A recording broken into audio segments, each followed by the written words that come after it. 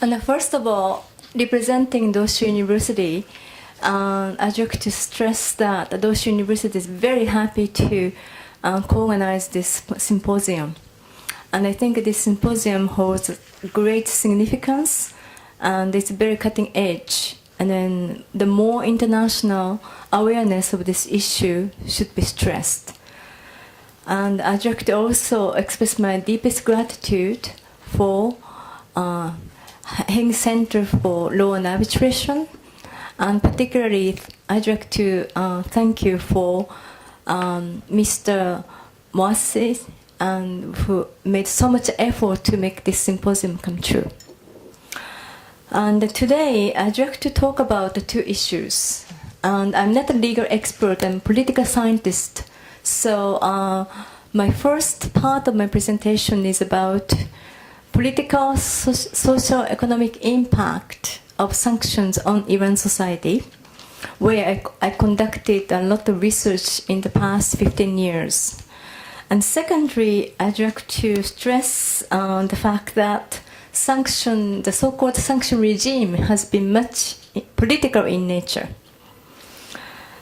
And the series of sanctions got so intensified last 2 years. However, it is to be noted that the US sanctions against Iran started in 1979 when the hostage crisis happened. So for this reason, the Unilateral Sanctions have been much political in nature. And first I'd like to talk about impact of sanctions on Iran society. There are many statistical data, but both financial sanction and oil embargo, which started in 2011, impacted much on Iran's economy. The value of Iranian currency rial hit one of the lowest rate against the dollar in February this year. It is estimated that Iran's currency has lost 80% of its value in the last 2 years. And the rapid devaluation of our currency has caused a severe increase in inflation. It is safe to say that the 40 to 50% of inflation on consumer goods has been happening in the last few years in Iran. Wheat, and meat, and fruit have been quite increased in price, and particularly it impacted on those who do not hold housing, and much of the salary has to just go to the rent, and then there's a severe impact on the real estate economy as well. According to the oil market report issued in December 2012 by the International Energy Agency, Iran's export in 2012 fell 50% compared to that of 2011. After the EU started Iran's oil embargo in July 2012 and subsequently issued the Council Resolution 2012/365/CFSP in October 2012 that institutionalized additional sanctions against Iran's banking system, oil and petrochemical industry, and shipping industry, Iran's oil revenue dropped to the third in 2012 compared with, and that was 2011.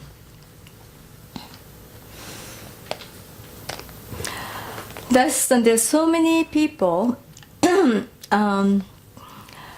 who suffered the sanction on the ground, but at the same time, we really have to really note that to what extent sanction really impacted on Iran's politics, to the extent that we can really assume regime stability is getting lost.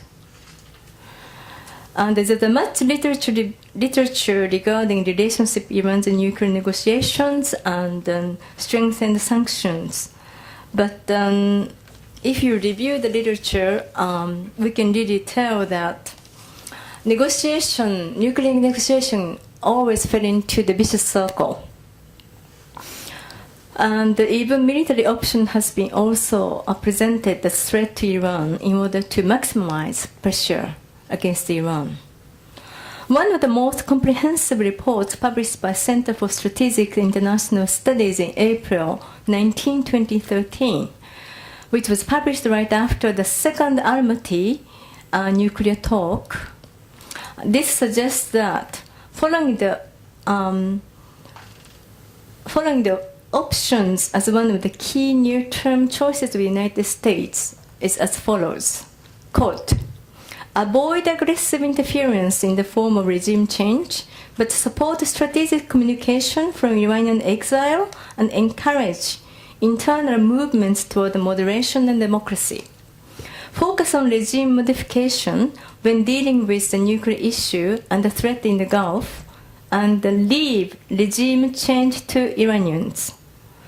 Thus, the above-mentioned statement clearly states that the U.S. has ultimately aimed at the regime change in Iran. But the question is, to what extent we can really see the sanction has been impacting on this area. Last month, there's a presidential election, where I observed the process of election.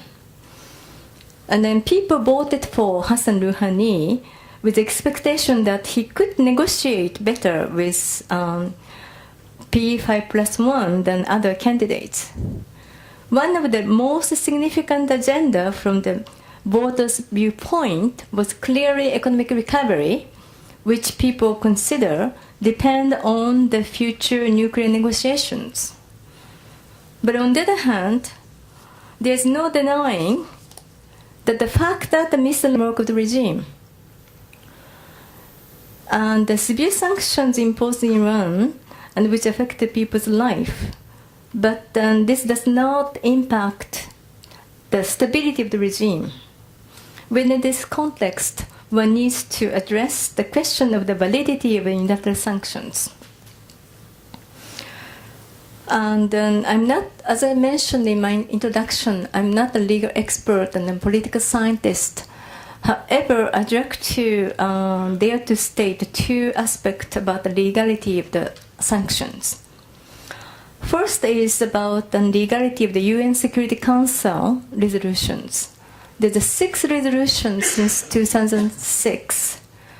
But for example, if we pay attention to the UN Security Resolution 1696-2006 of July 31, that was adopted under Article 40 of the Chapter 7 of the UN Charter. And then the question is, based on this Article 40, this resolution provided the mandatory suspension by Iran of all enrichment-related and reprocessing activities, including research and development, to be verified by IAEA. But whether or not the UN Security Council has authority to order this mandatory suspension under this article is a real question. And I understand that the symposium today is about the unilateral sanctions, but on the other hand, we have to really note that the series of UN Security Council resolution actually encouraged unilateral sanctions as well as restrictive measures by many countries, including EU and Japan. Second point I'd like to stress is about nature of the restrictive measures taken by EU since 2010. There's a much debate on if EU Council's measures has been measures of retortion or countermeasures, etc. And then since it's not the field of my expertise, I do not want to elaborate on this issue. But I think question is,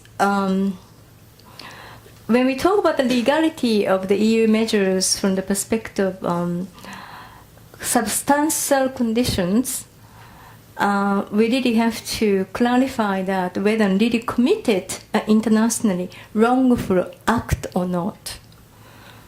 It has to establish the evidence that Iran really committed it This is because failure of a nuclear negotiation was not caused by a clear evidence of Iran's developing nuclear weapons, but rather it was caused by perception of a threat about Iran. Thus, the above-mentioned analysis showed that the so-called sanction regime has been constructed highly political. On the other hand, there has been increasing development about the legality of the sanction against Iran in the United Kingdom recently.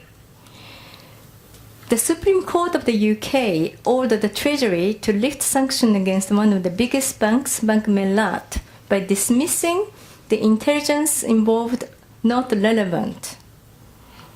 And this is June 20th report. The Treasury asked the Supreme Court in spring this year to go into a secret session in order to justify the allegation that the Bank Mellat financed firms which involved in Iran's nuclear programs. However, as it is reported, Lord Neuberger, the president of the Supreme Court, said that having held a closed hearing, it turned out that there had been no point in the Supreme Court seeking the closed judgment.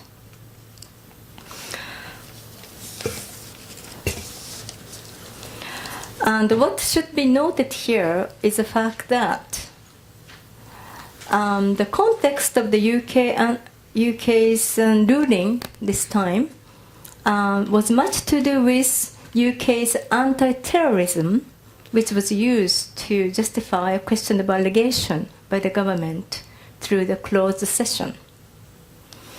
Meanwhile, it is also expected that similar cases would happen in the EU.